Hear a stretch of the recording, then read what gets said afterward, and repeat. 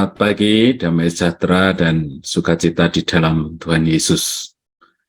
Pada pagi hari ini, saya akan menyampaikan renungan firman yang berjudul menerapkan kehidupan Kristus sebagai identitas orang percaya.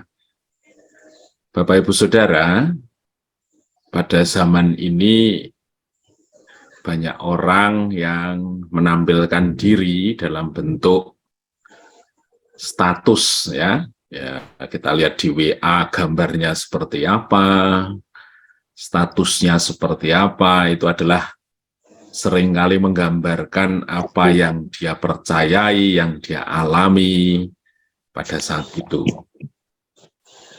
Banyak orang yang menampilkan diri dengan simbol, ya, dengan salib yang besar, dengan pakaian yang modis, dengan warna rambut, potongan rambut, dan lain sebagainya. Itulah identitas.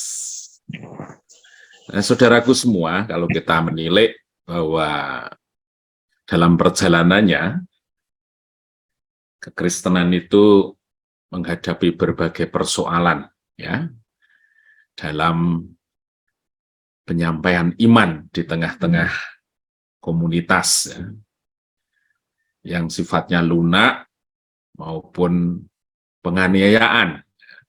Komunitas berhadapan dengan kekristenan. Atau kita juga sudah pernah mendengar sejarah justru ketika kekristenan dianggap sebagai suatu agama negara, justru di situ kekristenan mengalami mati suri. Demikian yang kita lihat pada saat ini di Eropa gitu ya. Kalau kita mendengar di Jerman, di Belgia, di Belanda, gereja-gereja mengalami penutupan aktivitas, ya, bahkan diganti dengan bar, sesuatu yang kontradiktif dengan fungsi semula. Bahkan saudara-saudara kita di Muhammadiyah berencana membeli satu gereja yang ada di Belgia. Orang-orang muda begitu antipati dengan gereja. Karena apa? Saya mendengar mengumpulkan berbagai YouTube gitu, yang dia tangkap gereja itu hanya membebani kehidupan mereka, ya, dengan pajak gereja dan lain sebagainya. Tapi tentu itu suatu bentuk bagaimana kekristenan dalam perjalanannya menghadapi berbagai hal. Ya. Mengapa? Pertanyaannya. Karena kekristenan itu sesuatu yang di dalamnya ada nilai kehidupan surgawi yang diajarkan. Di mana di situ tidak ada kegelapan. Sehingga kekristenan itu musuh utamanya adalah kodrat dosa itu sendiri, di mana benihnya itu ada di dalam setiap diri manusia yang termanifestasi dalam bentuk komunitas, ya, bisa polisi negara, bisa pribadi orang, bisa organisasi, dan lain sebagainya. Makanya Tuhan Yesus dalam Yohanes dikatakan, tanpa alasan mereka membenci aku. Yang membenci itu adalah manifestasi kodrat dosa di dalam diri manusia itu sendiri, bahwa kekristenan itu berhadapan dengan hal itu semuanya. Jadi ketika manusia masih menyenangi hidup di dalam dosa, dia menggunakan cara-cara dosa, ya dia berhadapan dengan pengajaran kehidupan surgawi, sekalipun itu di dalam hati nuraninya sendiri. Ya. Nah, kita melihat sebenarnya mengapa gereja mengalami sesuatu yang permasalahan dalam kehidupan, gitu ya. Yaitu sebenarnya musuh kita dengan si jahat, dengan segala bentuk kelicikannya. Dia bisa masuk ke dalam hal-hal yang sifatnya sekuler, organisasi, maupun berkedok spiritual. Ya, kita melihat begitu dunia menghadapi krisis kondisi COVID kemarin gitu ya, begitu bahagianya kita dengan aktivitas yang tidak keluar jauh-jauh di rumah melalui media sosial, Injil diberitakan secara efektif. ya, apologet luar biasa menyampaikan kebenaran Injil. Kita melihat bagaimana terobosan demi terobosan dialami. Ya. Tapi kenyataannya tidak berhenti sebagai itu, gitu ya, malah saling serang satu dengan yang lain. Ya. Yang satu mengajarkan ini, yang satu mengajarkan itu, tapi tidak berhenti di situ. Mereka saling menjatuhkan. Nah, semua orang merebut panggung, ya, yang berbeda-beda, seolah-olah menyatakan bahwa Yesusnya berbeda-beda. Padahal kalau kita lihat, ketika kita sebagai umat Tuhan, Yesusnya satu. Kita bagian dari tubuh Kristus. Kita semua hidup untuk memuliakan Dia.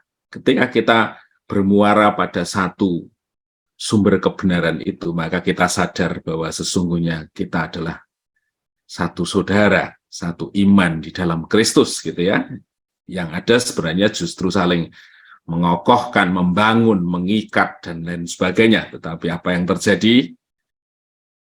Justru sebaliknya, kontraproduktif. Nah, di sini di Filipi 2, ayat 1-3, firman itu mengatakan demikian.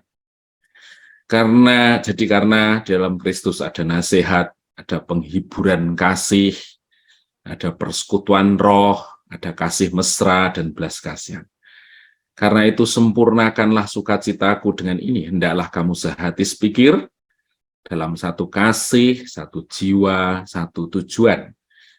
Ketika kita mendengar ini tentu hati kita adem, gitu ya.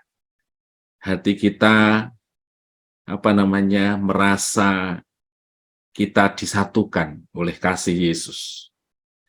Pertentangan apapun tidak ada yang bisa memisahkan kita, karena kita dalam satu anugerah yang sama. Gitu ya. Ayat 3, dengan tidak mencari kepentingan sendiri atau puji-pujian yang sia-sia. Sebaliknya, hendaklah dengan rendah hati, seorang menganggap yang lain lebih utama daripada dirinya sendiri. Ayat 3 ini di bahasa Indonesia masa kini, katakan, janganlah melakukan sesuatu karena didorong kepentingan diri sendiri, atau untuk menyombongkan diri. Sebaliknya, hendaklah kalian masing-masing dengan rendah hati menganggap orang lain lebih dari diri sendiri.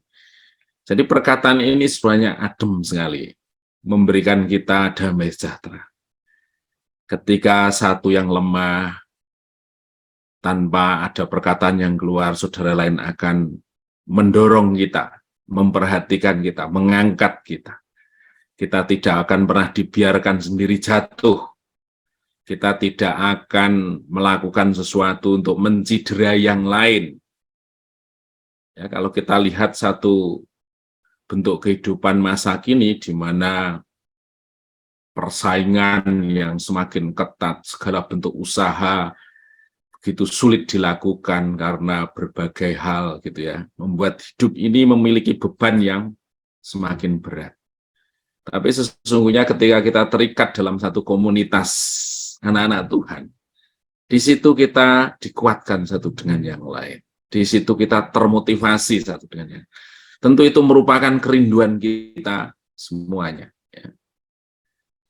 Ketika saya berhadapan dengan persoalan yang berat di sisi pekerjaan, gitu, ketika saya bergaul dengan umat Tuhan, ada sesuatu yang menyegarkan diri, ada sesuatu yang membuat saya ditenangkan, ada satu upaya untuk saya lebih semangat lagi karena dorongan saudara, teman, sahabat, begitu. Itu sesuatu yang menggembirakan, menyenangkan, dan itu harapan semua orang.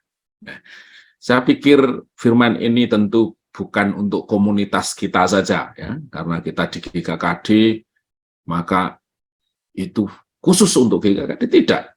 Kita satu di dalam Kristus. Ya. Kita merasa diri kita adalah bagian yang universal di antara umat Tuhan. Ya. Mana yang kita kemukakan? Perbedaan, pertentangan, atau menganggap kita semua bagian dari satu anugerah yang luar biasa yang sudah dikerjakan oleh kematian Kristus. Nah, mari saudaraku, kita mulai membuka paradigma ini. Ya, kita saling bergandengan tangan, mengokohkan satu dengan yang lain. Adanya ketidaksempurnaan yang satu, tentu firman Tuhan mengatakan yang lain itu yang menyempurnakan. Yang lain itu yang membuat mereka dikuatkan kembali. Dengan pikiran yang demikian kita merasa adem. Kita merasa selalu aman, selalu dalam kondisi yang tepat ketika kita berada dalam lingkungan anak-anak Tuhan, orang percaya, yang membuat kita semakin kuat berjalan di tengah kehidupan dunia yang semakin sulit ini.